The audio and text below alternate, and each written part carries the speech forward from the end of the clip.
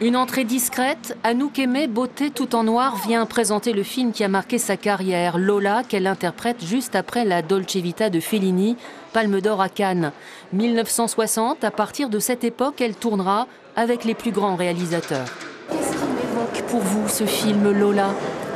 Il évoque un des plus beaux rôles que j'ai eu la chance d'interpréter. Et c'est un très beau souvenir. Et ça me rappelle Jacques Demy.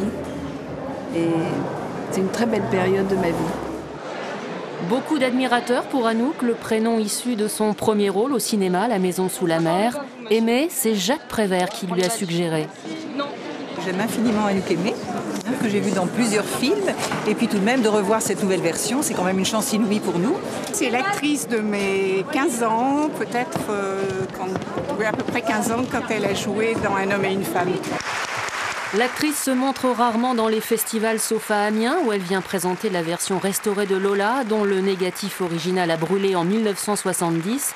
Succès toujours réel pour le film de Jacques Demy, avec 30 000 entrées par an. Il était très timide, Jacques. Une fois qu'on tournait, il était très timide, mais il était très têtu. Il fallait faire ce qu'il voulait.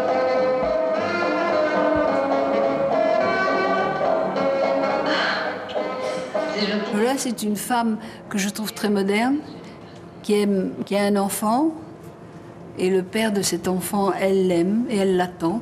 Mais c'est pas pour ça qu'elle ne vit pas sa vie. Elle a des histoires avec d'autres hommes et elle attend son grand amour. Je trouve que c'est très moderne. Vous avez connu Fellini, vous avez connu Prévert, vous avez connu Picasso. Ça m'a enrichi et c'est très agréable. Vous savez, quand on mange du caviar, on s'habitue à manger du caviar. On ne sait plus pourquoi on en mange. On aime ça. C'est pourquoi Anouk Aimée ne cache pas attendre un autre très beau scénario d'un réalisateur d'aujourd'hui. Une dernière, ça y est.